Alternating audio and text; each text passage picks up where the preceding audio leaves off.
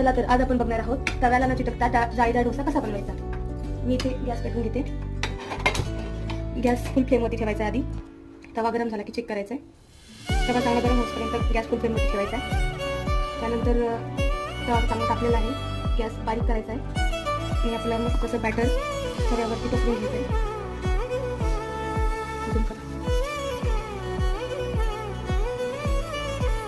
मस्त असा डोसा पसरून घ्यायचा आहे आणि मग तव्याचा फ्लेम वाढवायचा आहे।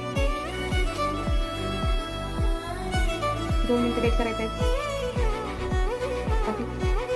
गॅसचा फ्लेम फुल करायचा आहे। बॅटर पसरल्यानंतर गॅस बारीक करायचा आहे आणि जेव्हा बॅटर पसरून होईल तेव्हा गॅसचा फ्लेम फुल करायचा आहे। त्यानंतर हे बघा डोसा आपोआप तव्यावरून निघून येतोय।